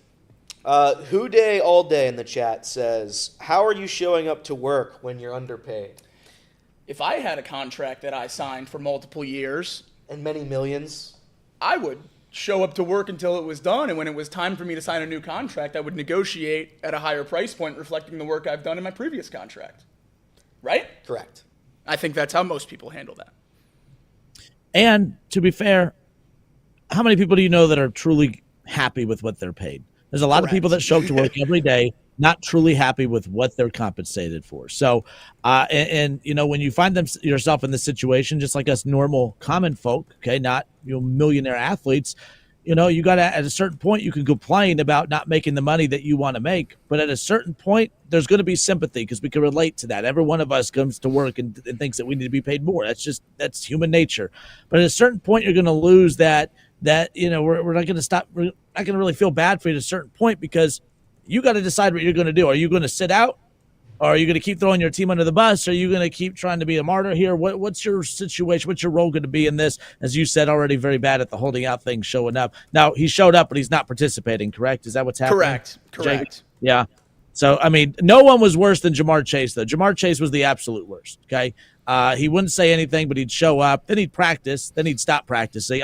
He was probably the worst at the holdout, but it all got done. But we knew that one was going to get done. No clue what's going to happen. And here's the other thing. Jacob keeps saying it, but who's the replacement? I'm going to be honest. Trey Hendrickson is a very, very good football player. We'd all love him to be here this season under the contract that he currently has with the Bengals. make no mistake, the Bengals defense is woeful without Trey Hendrickson, but it was also woeful with him last offseason. Like, there's if I take away Jamar Chase, if I take away the good players from the good part of the team, there's going to be a serious problem because the bad part of the team still hasn't really been fixed. So you have to get those pieces done. You have to make your quarterback your highest paid player happy. You have to. Trey Hendrickson, it's unfortunate, but it's like on the laundry list of things to do for a guy who's under contract and keeps whining about it. It's like number 16 on the list of things to do for the Bengals. There's a lot of other stuff that has to get done to try to fix that defense, to try to make the Bengals a little bit better than they were than at the end of last season. That's what the goal is for the Bengals. I wouldn't worry about this Trey Hendrickson deal at all until the start of the season because like we all just said, there is a 0.0% chance. He might hold out for 1 week. He will not be holding out that entire season. I would put the max at 3. 3? Cap it at 3. Yeah. And we'll find out the significance of those tomorrow night when the schedule comes out. Like, that's right. Which 3 games will he hold out? Unless he does Sherrone Moore and says, "Hey, I'm gonna play weeks 1 and 2. I'm gonna hold out weeks 3 and 4. I'll play 5 and 6, and then hold out for another month, and then come back." Maybe he goes that route. Who knows? But all right, we'll transition over to the Reds when we come back. Pete Rose night tomorrow night, of course, but all the information on that. Not only are there going to be replica jerseys on every seat in the ballpark for what is to be a sold-out game tomorrow night in Game 2 against the White Sox, all the details of what to expect with the Pete Rose ceremony before. We'll get to all of that when we come back. Plus, I swore I was never going to make Elliot say anything positive about the Reds again, but Elliot, you had a different tune today. Am I hearing this right before the show? You said you wanted a positivity segment, correct? Well, I said it because I saw what Nick Kirby did yesterday on Twitter, and I said, "Let me try to play his game, and let me try to be positive." Fair enough. So we're going to try. We're going to try. I'm going to take a guess. I'm going to take a guess here. Okay. And now you can tell me if I'm completely off base, but we've been doing a show together for probably about 2 years now, if you add it all up. Yeah. I don't think you're going to take this positive Red segment seriously. I think I'm going to try, though. I'm going to try. I don't think you are. I'm going to try real hard. I don't think you are. But we'll find out. About 5 minutes of positivity, the rest. I'm going positive here. It's 5-1-3 day, guys. It's positivity. That's what we're spreading here today. Love and joy. All right. Well, we'll have more love and joy for you when we come back. More Off the Bench next.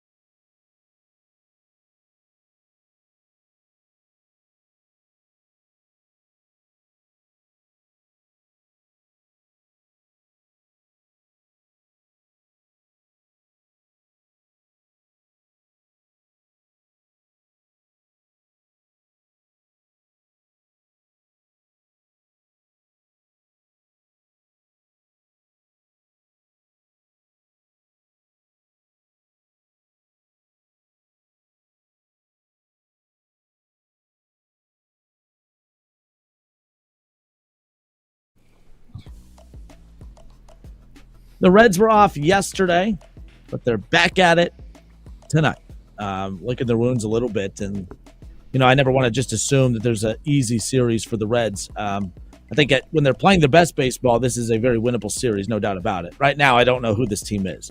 I mean, this last series that we just watched them in where they dropped 2 or 3 against the Astros, I mean, it was the most Reds series ever. You get shut out 6-0 or 3-0 in game 1.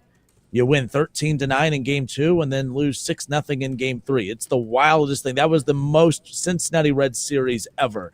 But we'll see how they rebound after an off day yesterday.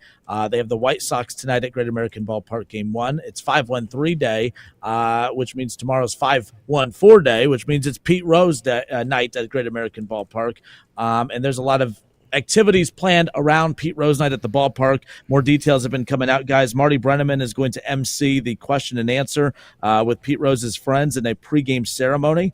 It's going to the panel will include George Foster, Ken Griffey Sr., Eric Davis, Barry Larkin, all sharing memories of Pete. This will be available to the fans in the ballpark, obviously, as well. I know on the radio side, for everyone that carries Reds on radio, they're going to start carrying that entire ceremony from the very beginning. So this is more than just giving out a jersey and doing a moment of silence for Pete Rose. I mean, this is going to be a whole event throughout the ball game. Pete Rose night at Great American Ballpark tomorrow night. It's going to be exciting. I say whatever you want about Pete Rose. Pete Rose meant a lot to this city. He meant a lot to this team, this organization, this fan base, this community. And tomorrow should be a cool way to honor him. I'm excited to see what the Reds have planned and what they're going to do throughout the game. And hopefully they're going to be able to win that game. That would be fun. That's the biggest thing. We can all bet Reds money line responsibly for our guy Pete tomorrow, because I think they're going to show out for him. Very, very few organizations have a player like that have meant so much. When I look at the Colorado Rockies organization, no disrespect, but what's the player that's really meant that much? Troy Tulowitzki, maybe. And that's no knock on Troy Tulowitzki. Pete Rose is Cincinnati. And to have this tomorrow for him, it's going to mean a lot to everybody there. It's going to mean a lot to his friends that are all showing up at the ballpark. It's going to mean a lot to all the fans that are selling out Great American Ballpark on a Wednesday. Probably one of the first ever May Wednesday sellouts in Great American Ballpark history. So, yeah, and good for the Reds on this. It's going to be a good time. They should have put it tonight. I know the dates, the 14th. If you would have just given those, 40,000 fans $3 beers, that place would have been rocking. Well, I am glad they didn't, because it is supposed to. In the words of our good friend Brandon Williamson, it is supposed to piss rain tonight. So a lot of rain that's probably going to happen. But who knows? Tomorrow it's going to be, it looks like good weather. Not that I'm going to do a full weather report, but it looks like it's going to be, 50% chance of rain. So who knows? I'm not a weatherman. All I know is that this is a good event, and hopefully it goes well for the Reds. Yeah, no, I'm excited. I think it'll be a lot of fun. Certainly, it's always fun to see the stadium packed, and it'll be cool to see all the other stuff they're doing around it as well for Pete Rose. And yeah, he's, Elliot just said it. He means, as much to this city as I'm sure any single player does to probably any professional team. So yeah, it's really cool, and I'm glad they're doing something for him. Yeah, again, for those who are, for those who are going to the game tomorrow night, here's just some timing information for you. 5:45 p.m. the gates will open to Great American Ballpark. We talked about those Pete Rose replica jerseys. All fans in attendance will receive a number 14 Pete Rose replica jersey featuring a commemorative Pete Rose night tag. Every jersey is going to be an adult size extra large that will be given to fans at the ballpark gates. However, there will be exchange tables if you don't want an extra large. Of course, extra large jerseys can be exchanged for adult medium or adult 2XL at exchange tables near Gapper's Alley. So just keep that in mind for those who are like, I'm not an extra large. They have exchange tables around the ballpark for you to be able to get one that fits. 6:30, the Q&A with Pete's friends with Hall of Fame broadcaster Marty Brenneman serving as the MC, as we talked about. There'll be a Pete Rose video tribute as well. Terry Francona and others will honor the Hit King with video board features. Honor Guard will be there, moment of remembrance, national anthem, game ball delivery, and the honorary captains will be members of the Pete Rose family that will serve as the honorary captains in the pregame. So that just gives you a little idea of what to expect tomorrow at the ballpark. So get there. Obviously, it'll be a little bit busier than usual for a weeknight game, as we talked about. Hopefully the weather doesn't interfere with that. But, all right, you've had a little bit of time now, Elliot. Sure, I hope that was enough time to build up some kind of positive personality when it comes to the Cincinnati Reds. I think what helps, the Reds did not play last night, so we're not coming off of some tough loss or some 2-0 loss, or so you kind of got all that, you flushed it out of your system yesterday. A little bit more positive vibes. It is your birthday, by the way. Happy birthday. Thank you, Justin. On your birthday, we are asking that you provide a little positive Reds commentary for us here on 513 Day. Yeah, I listen, I know I'm a negative fan. I'm aware of how I operate, so I understand that if you're a little frustrated with some of my ranting and raving when I go on and talk about the Reds. But there are some good things. Kenner did steal my number one positive fact, is that they didn't lose yesterday. But that's okay. I'm going to move on to my next one, being that the Reds are minus 200 on the money line tonight. That's good. I didn't think they'd be able to do minus 200 against any team this season, so good for them. They're going to be able to hopefully beat the White Sox.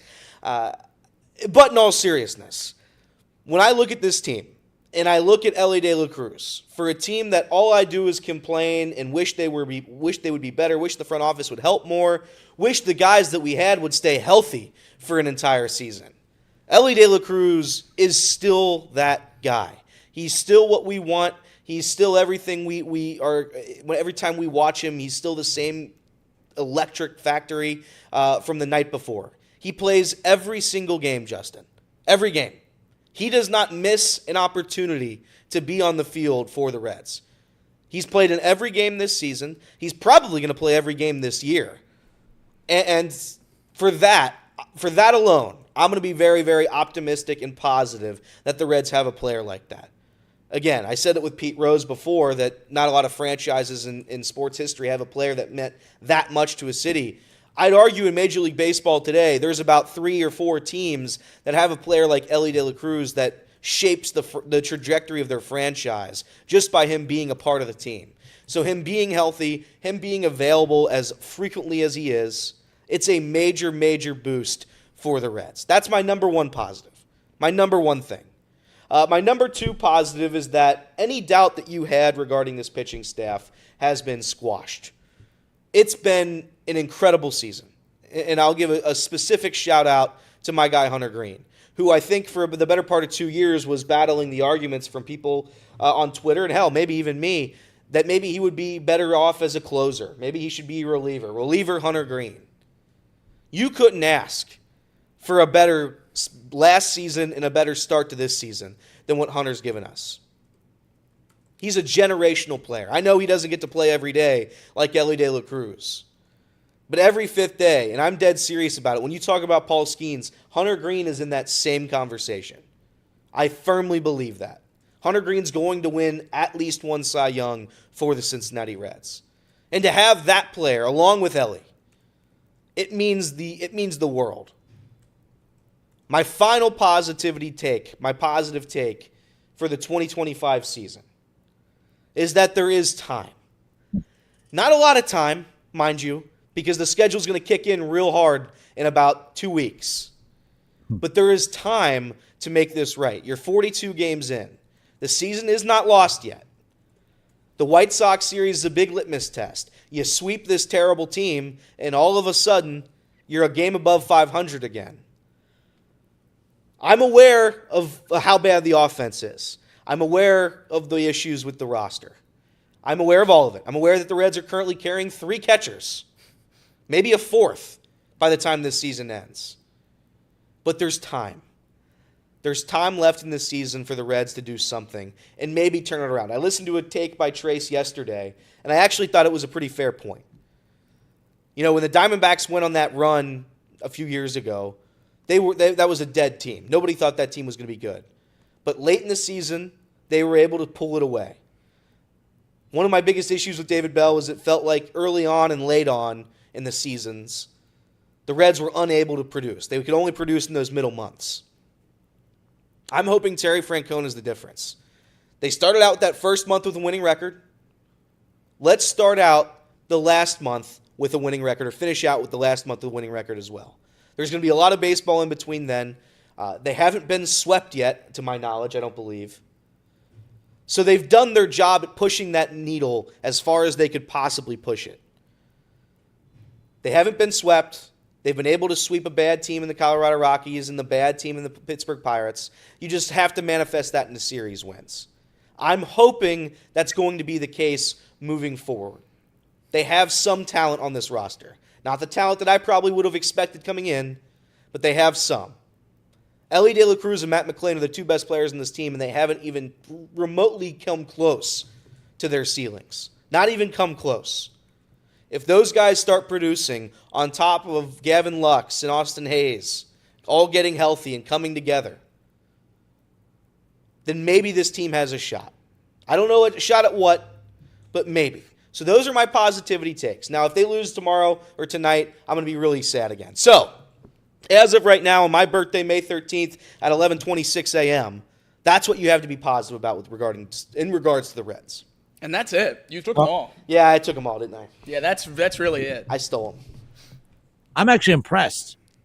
You said you weren't going to take it serious. I don't know how you could be serious about those are legit positive, bullet points when it comes to the Reds. There's not many, but you did a good job. Yeah. I'm impressed. Well done. Thank you. Well and done. Gapper. You're maturing. You're another year older. And also Gapper's a positive. To be fair, half the positives are these guys are really good. They just suck right now. Yeah. One of the main positives is we get to watch our second baseman hit 160. True. Woof. But not for long, hopefully. Hope not.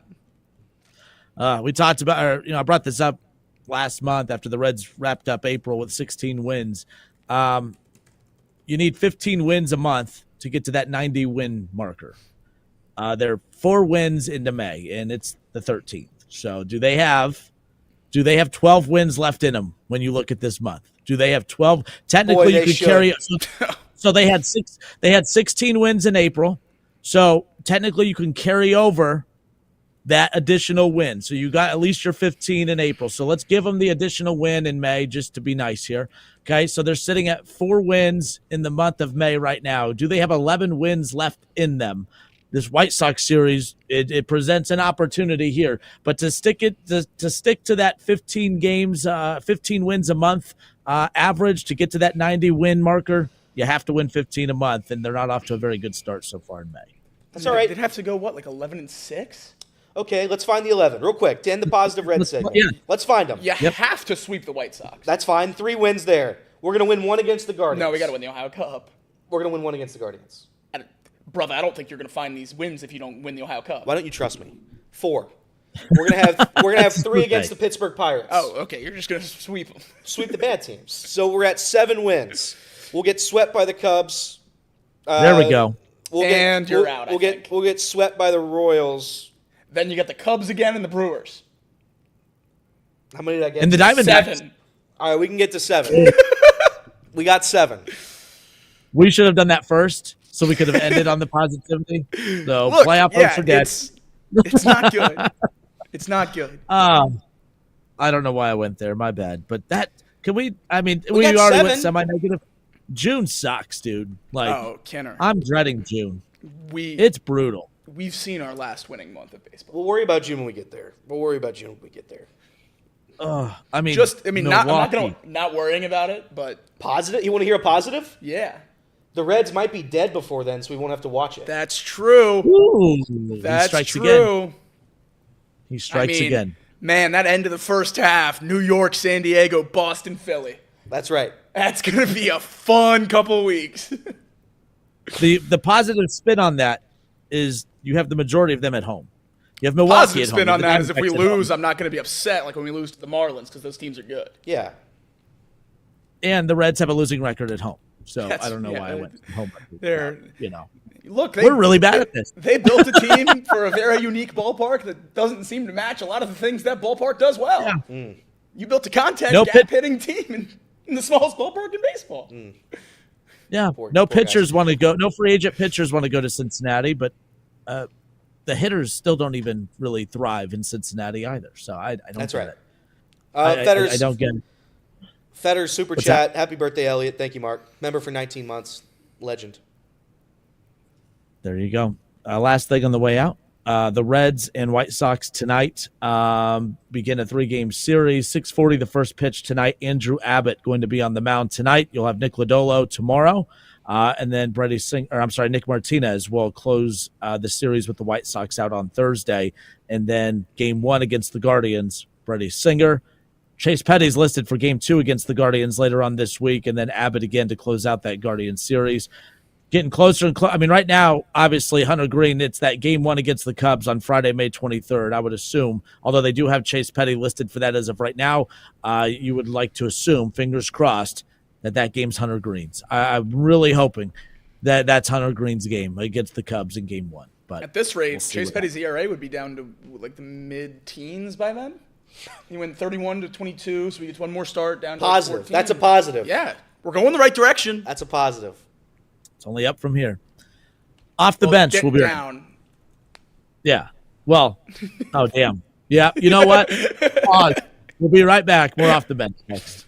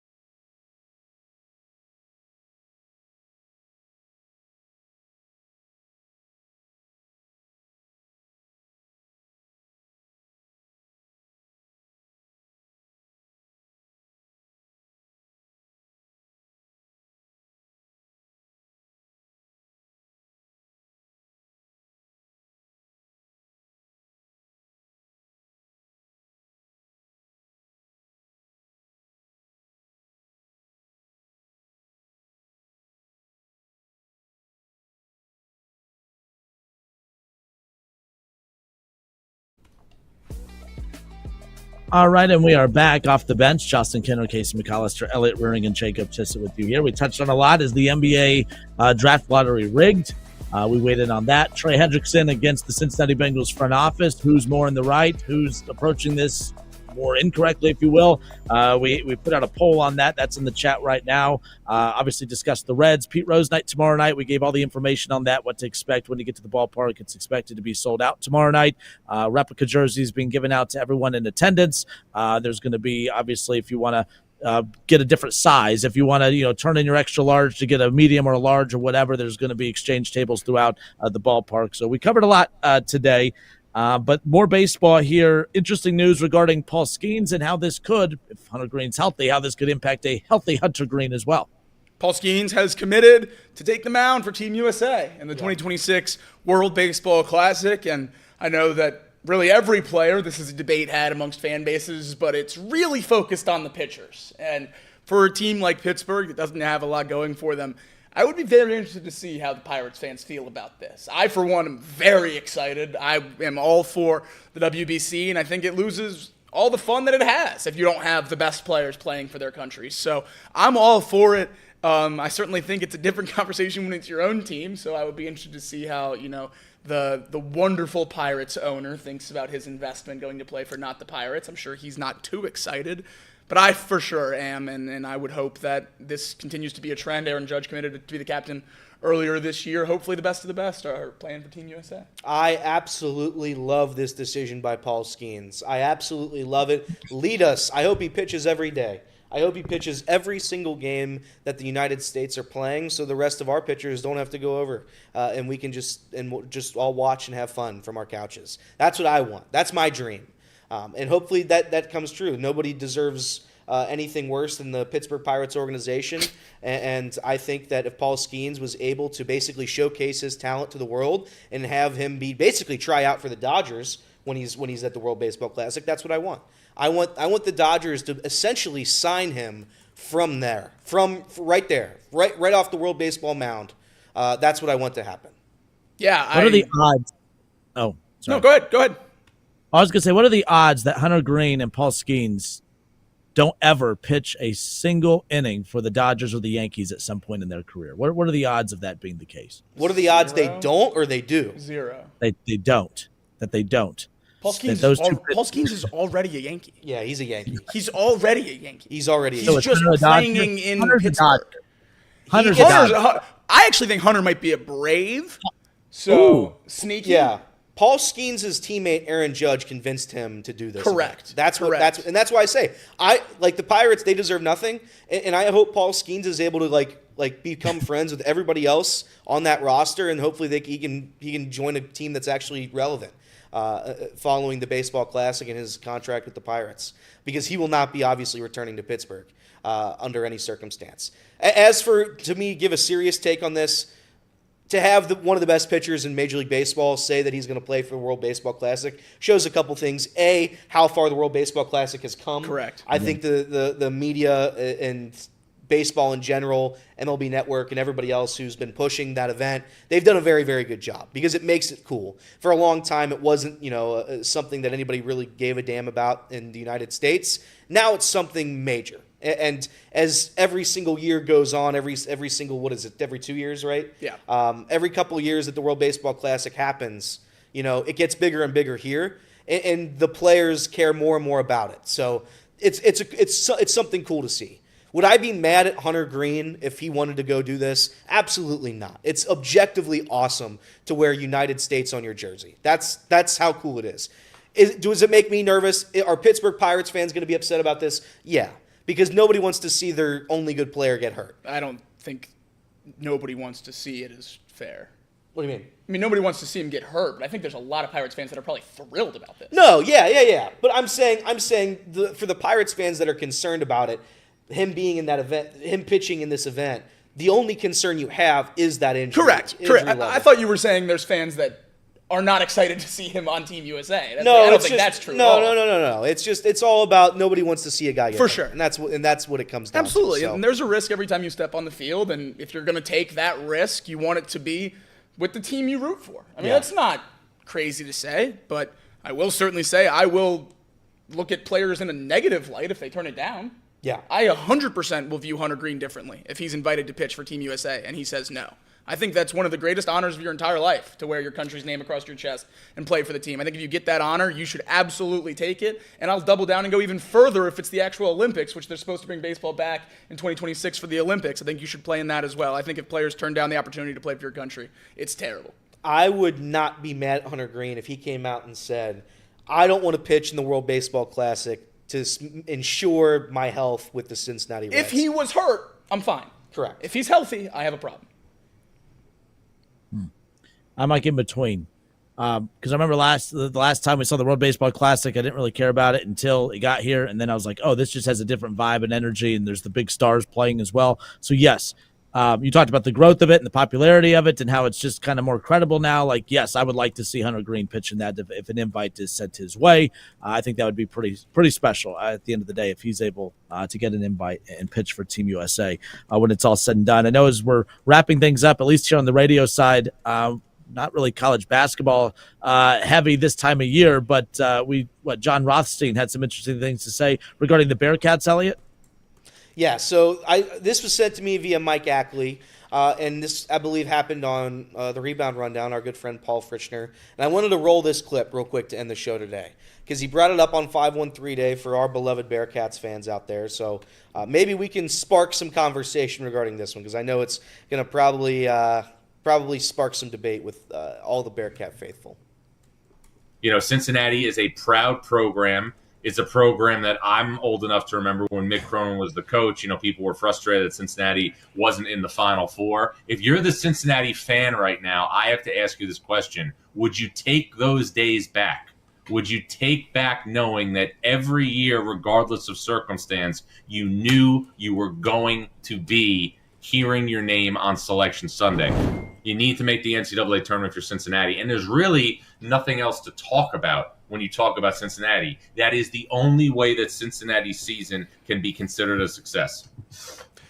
Mustafa Chiom, a transfer in from UCF, is a difference maker for them. Sincere Harris, Jalen Haynes, Kirk Kriisa, obviously a very familiar name to college basketball fans. He finds his way to Cincinnati next year.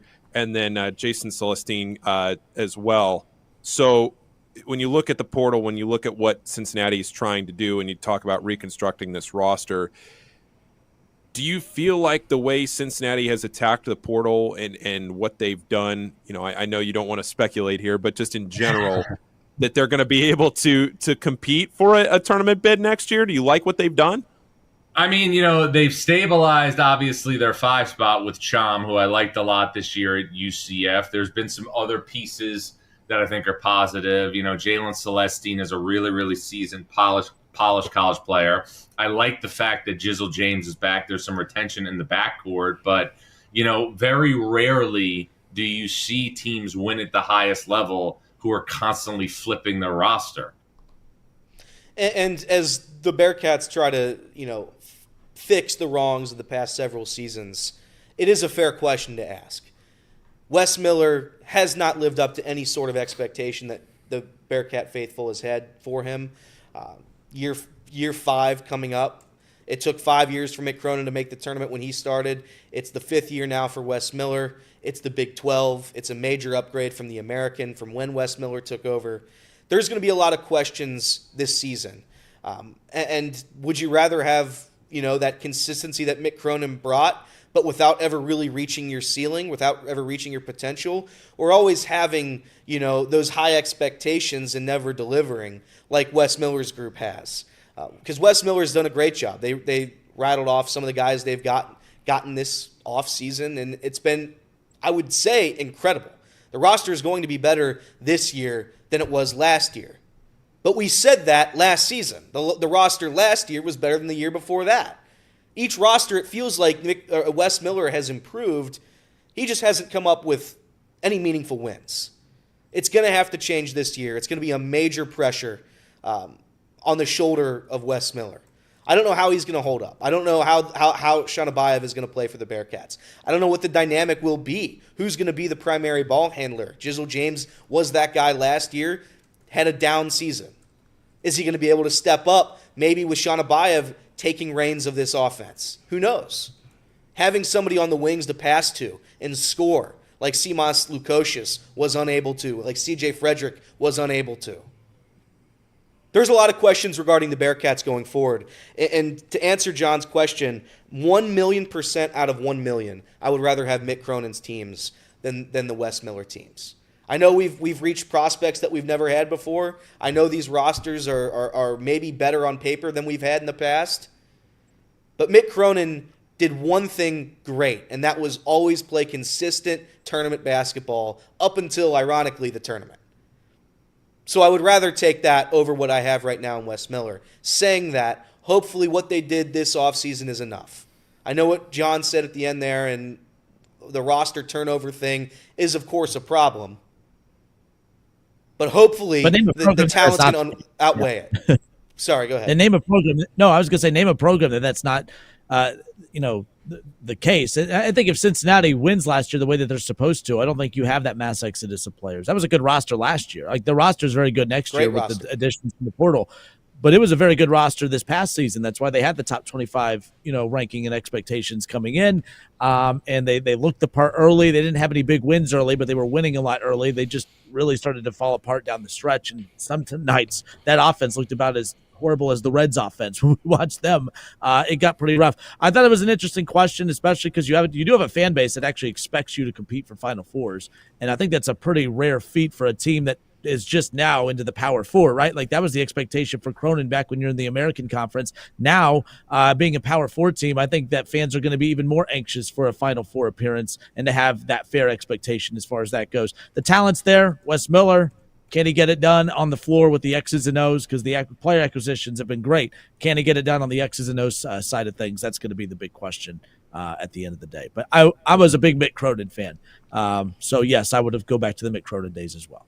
Underappreciated. I would say, looking back on it, I wish I would have appreciated what I had more, because not every team goes to the tournament as many times in a row as the Bearcats did. So, it's tough to get to especially now.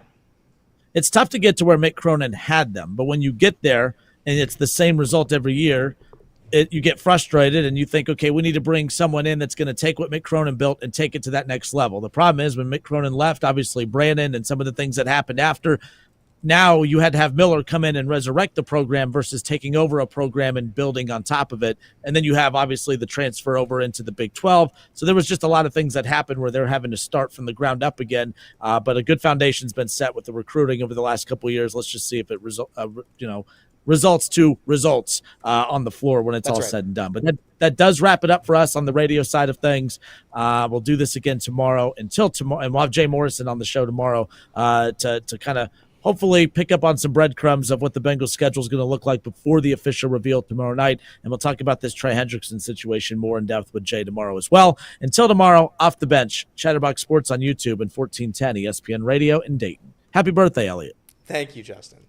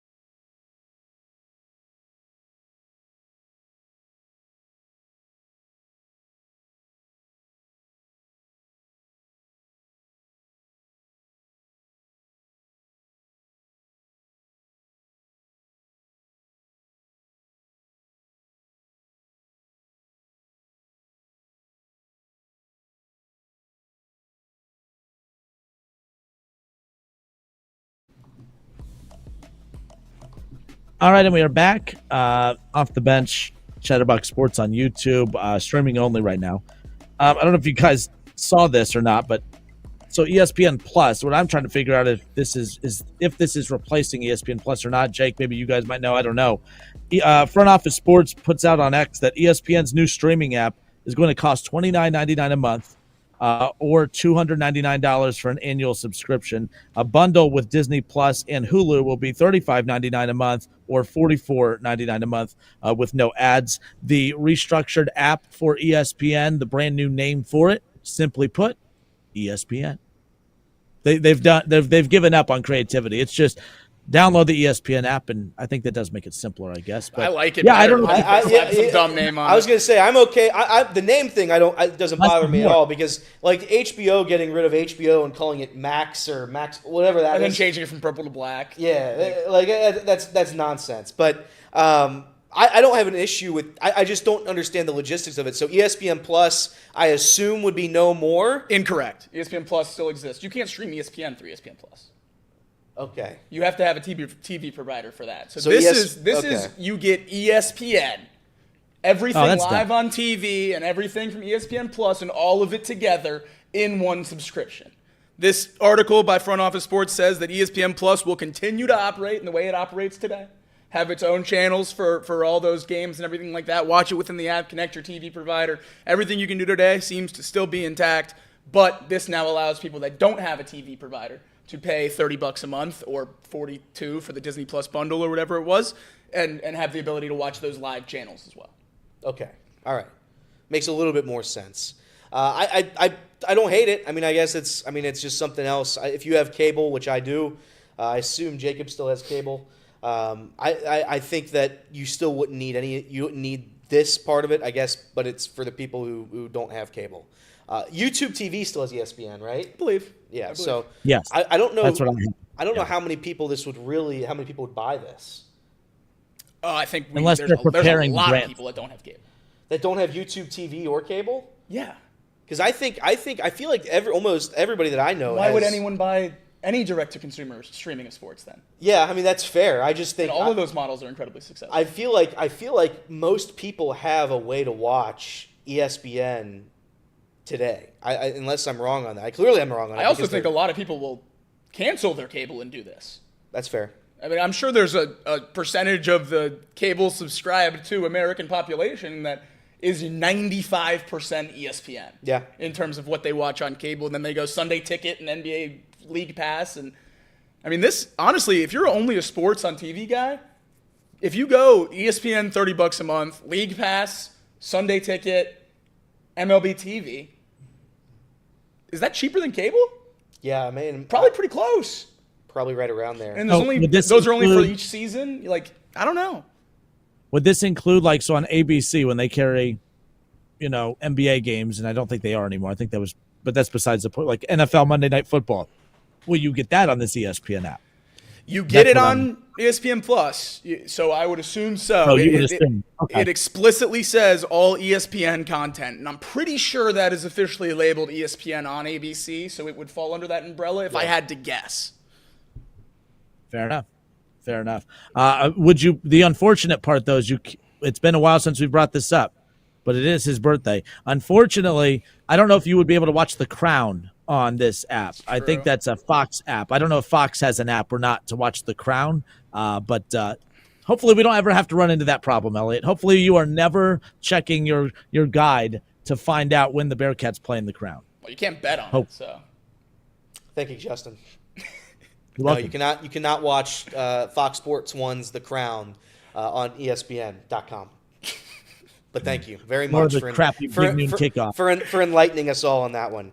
Yeah, I just wanted to say thank you again. But good. I'm happy. I'm sure some people who I'm not going to buy this obviously because I have cable, but parents have cable. Shout out to mom and dad.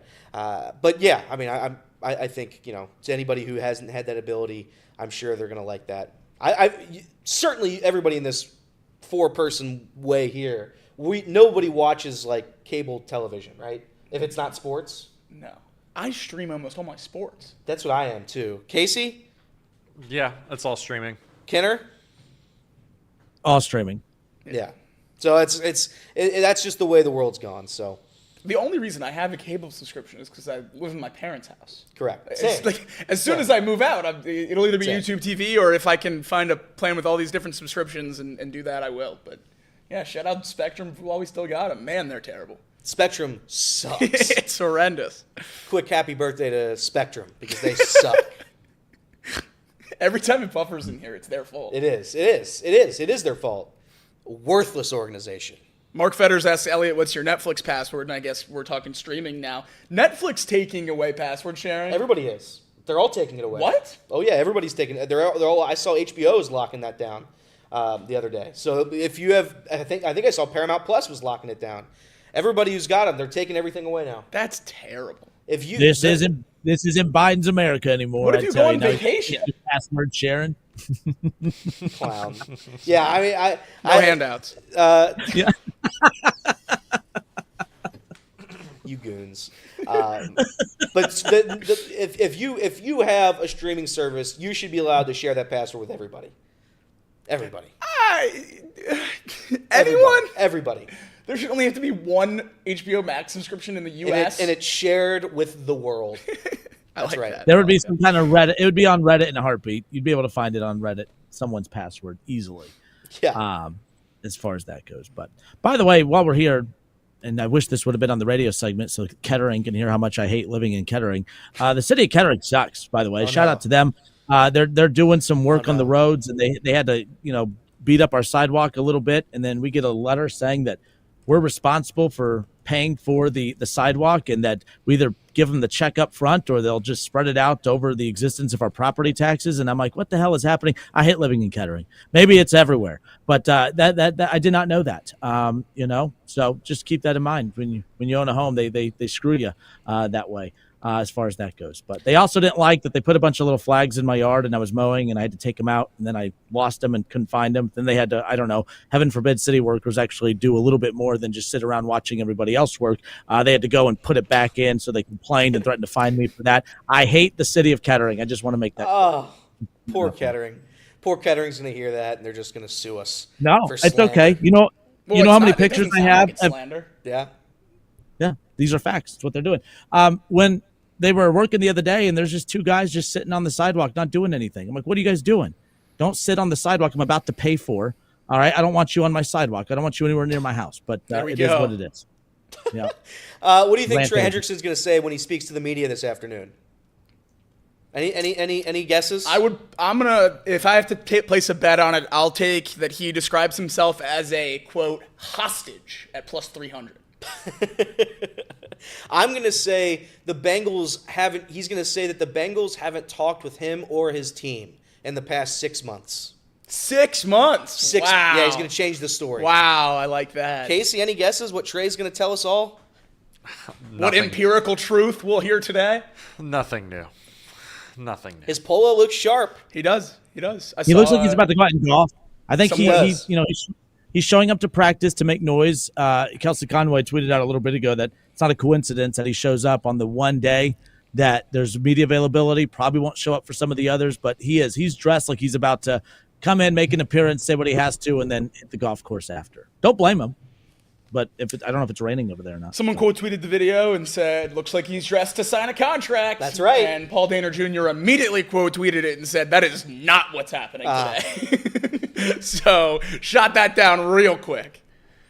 Well, we'll have Jay on tomorrow, and he'll give us all the info of what happened today. He's dressed to golf, folks. He's dressed to golf. He is. He's there to make a statement, and then he's going to golf when he's done. Poor guy. I don't know if he can afford golf. Making as little money as he does. He can't. No, I know. It's really a shame. Do you think if I went to a golf course today and I played, 5 holes, and I drove back to the clubhouse and said, hey, could you lower the price for the remaining holes? Do you think they'd give it to me? Probably not, Elliot. They probably wouldn't do that. Because you just pay it up front. Because usually, I agreed to it. Right. Well, yeah, when you make an agreement with somebody, yeah, usually you follow that. That's what I figured. All right. Well, we're done. We'll do this again tomorrow. More positivity tomorrow. We're talking about a positive Reds win tonight. Well, Elliot. why are we going to do it again tomorrow? We just don't want to. Who cares if we're under contract? That's right. That's valid.